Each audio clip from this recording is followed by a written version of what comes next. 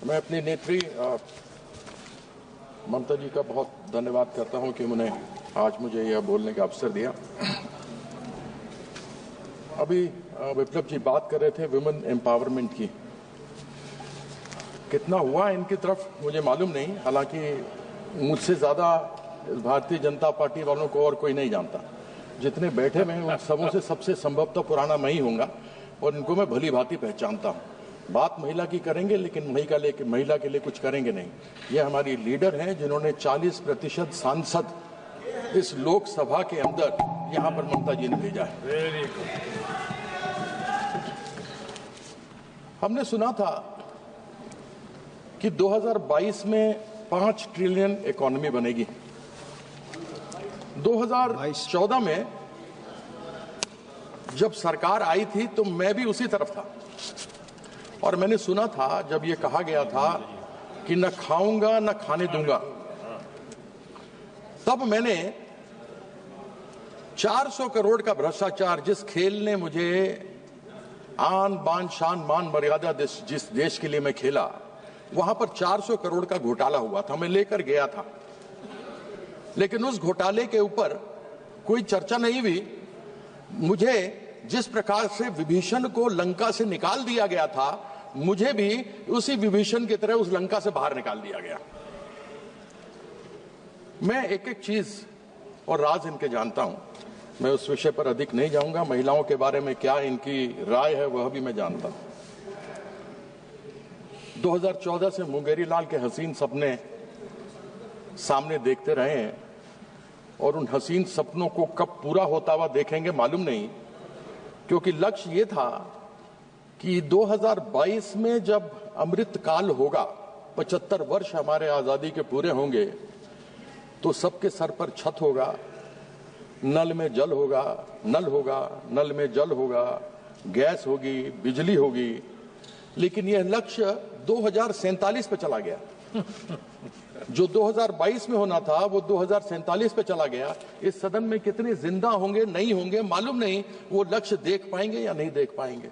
यह रूप है, स्वरूप है कि इतना आगे बढ़ा दो कि इंसान पूछने वाला ना रहे। 5 ट्रिलियन इकोनॉमी बढ़ाने की बात है। बात यह भी थी कि 2 करोड़ नौकरियां हर साल लगेंगी। यानी मैं 11वां साल न लेके केवल 10 साल ले लूं तो 20 करोड़ नौकरियां होती, और एक परिवार में 5 व्यक्ति ले लूं तो 100 करोड़ लोगों का इज्जतदार जिंदगी जी सकते थे। वह 20 करोड़ नौकरी करते और उनके साथ 5-5 परिवार में रहते तो 100 करोड़ लोगों को आराम से जीवन पोषण हो सकता था। लेकिन बार बार सुनने को यही मिलता है कि मोदी जी 80 करोड़ लोगों को 5 किलो राशन दे रहे हैं, 25 करोड़ लोगों को अभी गरीबी रेखा से निकाला गया, यानी कि 105 करोड़ थे गरीबी रेखा के नीचे। मैं ये कहना चाहता हूं, पैसा किसका है? जो राशन आ रहा है वो पैसा किसका है? वह पैसा उन लोग 2% लोगों का है 140 में से जो इनकम टैक्स देते हैं। कम से कम उन इनकम टैक्स वालों को तो धन्यवाद कर दीजिए कि आपके द्वारा जो कर लिया जा रहा है उसके माध्यम से 80 करोड़ लोगों को अनाज मिल रहा है। लेकिन वो नहीं करेंगे, बात करेंगे मोदी जी की। कभी भी देश में जो लोग हैं उनको कभी धन्यवाद किया जाए सो नहीं होगा। 5 ट्रिलियन इकोनॉमी की बात होती है, पूंजीपतियों के 14 लाख करोड़ कर्जा को माफ कर दिया जाता है। माफ कर देते हैं। उनको 20% टैक्स लगता है, हमको 30% टैक्स लगता है। और जब हमको 30% टैक्स लगता है तो अगर 36 लाख रुपया कोई महीने में कमाता हो, उसका अगर 30% टैक्स आप पूरा साल का लगा लें तो 10 लाख रुपया उसका चला गया, यानी 3.25 महीने का टैक्स गया। उसके ऊपर जीएसटी लगा ली तो 1.5 महीने का जीएसटी भी 18% खाने पीने सब पर लगा हुआ है, वो चला गया। मतलब 5 महीने का उसकी आमदनी जो है वो टैक्स में चली जाती है। पूंजीपतियों को 14 लाख करोड़ रुपया माफ कर दिया जाता है। लेकिन यही किसान जो यहां आकर सीमाओं पर 700 लोग मारे गए, जिनकी शहादत हुई, वह जब अपनी मांग करने के लिए आते हैं तो उनसे पूछा नहीं जाता। यदि वह लोन पर ट्रैक्टर लेता है और अगर एक EMI नहीं भरता है तो बैंक वाले आकर उसके यहां से उसका ट्रैक्टर छीन कर लेकर चले जाते हैं और वो किसान बेचारा असहाय रह जाता है और अपनी लोन की पूर्ति नहीं कर पाता। जो गरीब आदमी लोन पर मोटरसाइकिल खरीदता है और हमारे घर में आकर के लोगों के यहां खाना बांटता है, आप लोग मंगाते होंगे, आप लोग भी स्विगी से, जोमेटो से, ब्लिंकिट से, वह बेचारा अगर EMI नहीं दे पाता तो आप उसका मोटरसाइकिल जब्त कर लेते हैं, उसके रोजगार का जरिया खत्म, उसका परिवार फिर भूखों मरता है। यह गरीब लोगों के साथ इन लोगों की इस प्रकार की प्रथा है। 30% टैक्स, 2 करोड़ लोग, 2% यानी 2.8 करोड़ लोग, 140 करोड़ लोग में 2% लोग इनकम टैक्स देते हैं, यानी 2.8 समझिए 3 करोड़ लोग देते होंगे, 3.5 करोड़ देते होंगे, 4 करोड़ देते होंगे। वह उनको 30% में आप 12 लाख की छूट देते हैं, लेकिन एक गरीब आदमी जिसको आप 80 करोड़ लोगों को जो 5 किलो अनाज देते हैं, उसको तो न तेल मिलता है, न मसाला मिलता है, न उसके पास गैस खरीदने की क्षमता है, वो बेचारा क्या करे। ऐसे में GST पर तेल हो, साबुन हो, घी हो, पनीर हो, दूध हो, आटा हो, चावल हो, सब पर आपने GST लगाया हुआ है। और वो GST चाहे पूंजीपति हो, चाहे मध्यम वर्ग का आदमी हो, चाहे गरीब आदमी हो, सबको ही बराबर से देते हैं। अगर डायरेक्ट टैक्स जिसमें फायदा केवल वह 2% लोगों को हुआ जो इनकम टैक्स दे रहे हैं, अगर इनडायरेक्ट टैक्स में यानी GST में यदि कमी की जाए तो फिर सब 140 करोड़ लोगों को फायदा हो सकता है, उनके खरीदने की क्षमता बढ़ सकती है, लेकिन वो सोचेंगे नहीं। मैंने एक बार पूछा था, यहां राज्य मंत्री जी बैठे हैं, इनसे मैंने कहा था कि आप क्या करते हैं, GST में कमी क्यों नहीं लेकर के आते हैं? तो मुझसे खड़े होकर इन्होंने जवाब दिया कि पश्चिम बंगाल का भी नाम GST में है। सर मैंने कहा यहां बैठे हुए उनको दिखाया, हुजूर आपके बिना मैं कहीं जा ही नहीं सकता। आपके बिना कहां जाएंगे मालिक? इन्होंने जवाब दिया कि पश्चिम बंगाल भी उसी में है। बिल्कुल मैं मानता हूं कि पश्चिम बंगाल भी उसी में है। टोटल 31 है राज्य, जिनमें से 20 यानी 16 में बीजेपी और 4 और मिला दे तो NDA मिलकर के 20 राज्यों के अंदर इनकी सरकार है। 11 राज्य वो गैर भारतीय जनता पार्टी के हैं, टोटल हुआ 31। साथ में इन्होंने प्रावधान GST में किया हुआ है कि केंद्र सरकार जिस दिन GST की मीटिंग होगी, जितने सदस्य बैठे होंगे उन सदस्य की 1/3 वोट का पावर सेंट्रल गवर्नमेंट के पास होगा। यानी अगर मान लीजिए 31 का फुल हाउस हो, उसमें से 1/3 इनको हो तो 10 हो गया, 21 और 10 31 हो गया, 11 इधर हैं। तो फिर जब आपके हाथ में इतनी ताकत है, आप GST काउंसिल की बात करते हैं,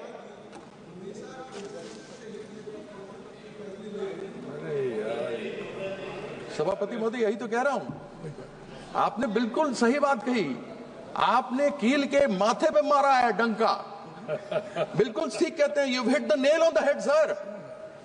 31 लोग इनके हैं, अगर इनके वोट में 10 मिला लूं तो 21 इनके राज्य, 20 इनके राज्य, 10 उसके ऊपर 31 लोग आए हैं, वो 30, 11 विपक्ष के, तो 30 लोग बैठे हुए हैं। तो फिर तेल, घी, पनीर, दूध, आटा, चावल पर तो ये कम कर सकते हैं क्योंकि इन्हीं की मेजोरिटी है। GST काउंसिल में तो इनको मेजोरिटी बनानी, किसी और को थोड़ा बनानी है। तो आपने जो कहा मैंने सही कहा ना अध्यक्ष महोदय, सभापति महोदय, है ना? कंसेंसस आपने जो कहा वही फैक्ट मैंने कही आपके सामने।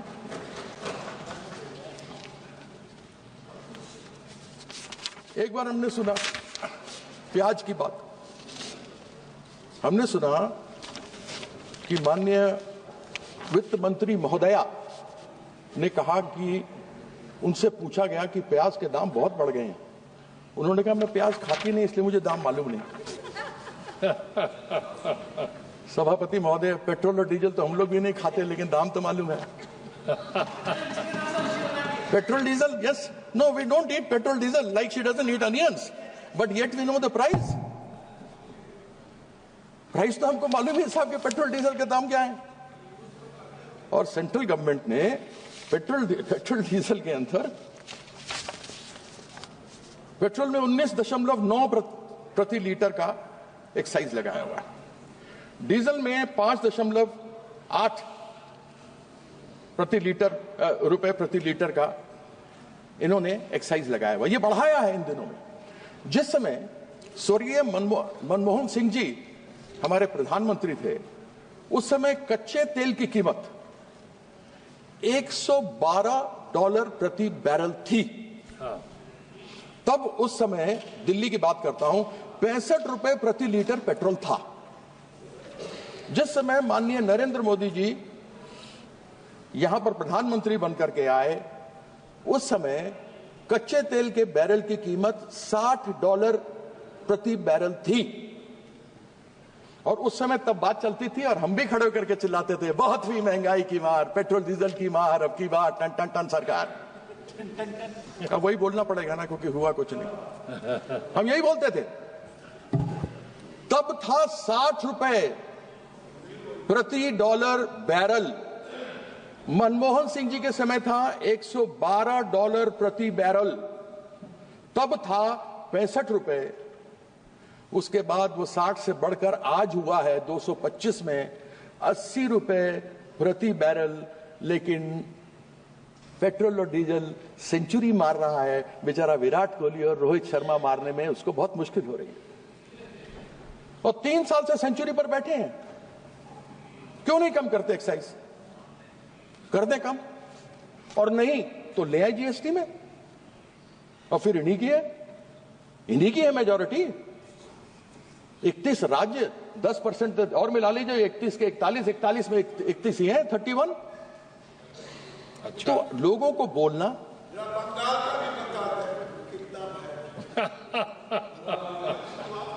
अध्यक्ष जी, इनका जवाब दे दूं? आप कहें तो दे दीजिए। सबसे कम दाम अगर पेट्रोल और डीजल के कहीं किसी राज्य में है तो वो पश्चिम बंगाल के अंदर जाइए, गिरिराज जी, अपने बिहार से भर के आइए।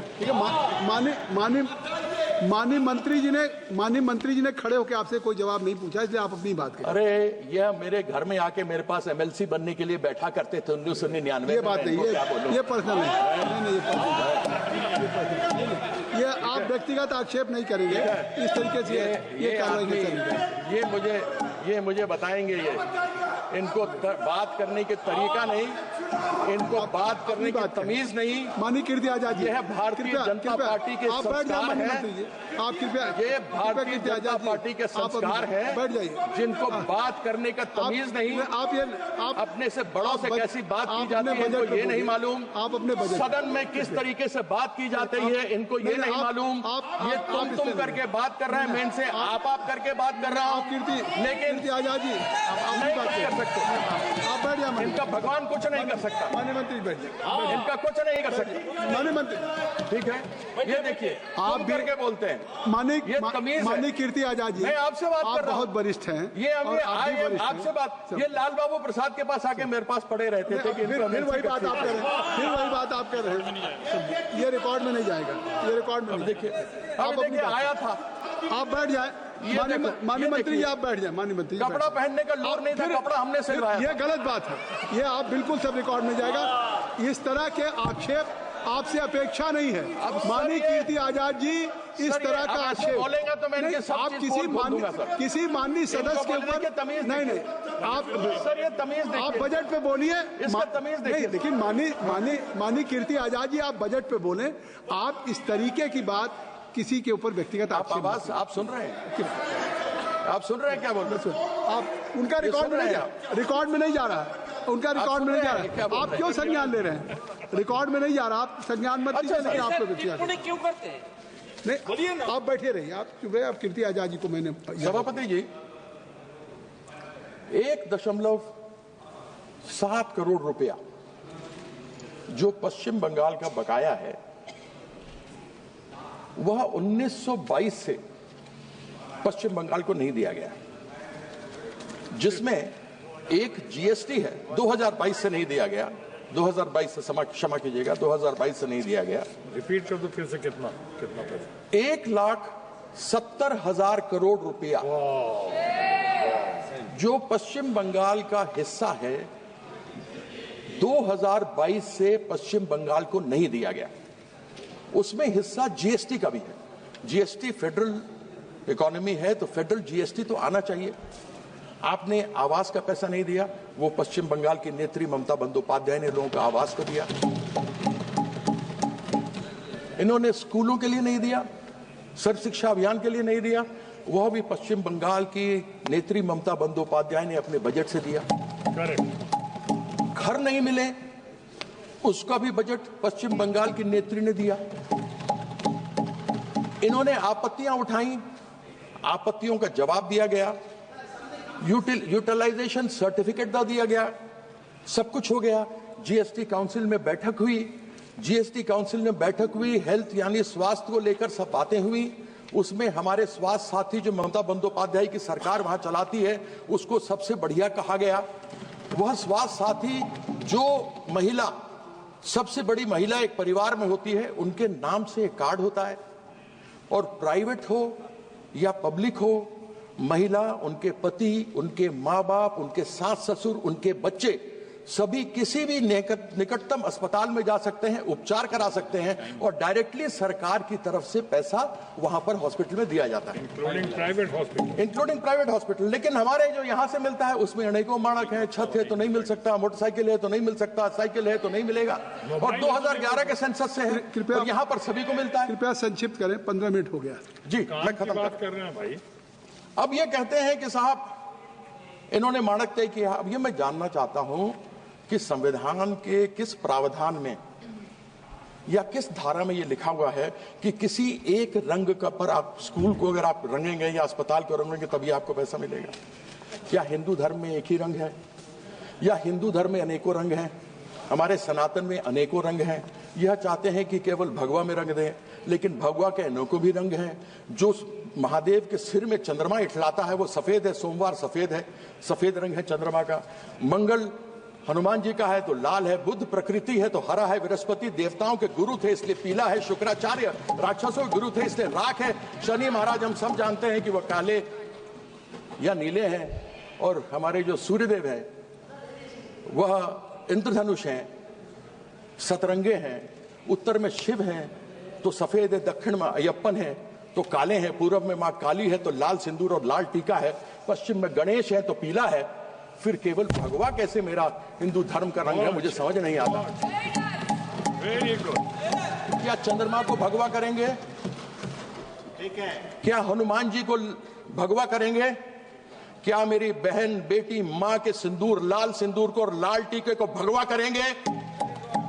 मेरे पश्चिम बंगाल का रंग सफेद और नीला है। नीला शनि महाराज का रंग है। नीले को ये भगवा करना चाहते हैं 2021 में। तो 2021 में तो जब इन्होंने नीला करने के लिए आया था, जब ये अपना ध्वज गाड़ने आए थे, तो 2021 में तो शनि महाराज का ढैया लग गया। इस बार जो आएंगे ना 2026 में, इस बार 7.5 लगने वाला है। इस चीज का आपके एक सदस्य को और बोलना है, मैं आपके एक सदस्य को और बोलना करता हूँ। बहुत बहुत धन्यवाद। समय बोलने को बहुत कुछ था, लेकिन मेरे भाई साहब ने समय ले लिया, इस कारण से मुझे अपना वक्तव्य को छोटा करना पड़ रहा। मैं आपको धन्यवाद करता हूँ। धन्यवाद।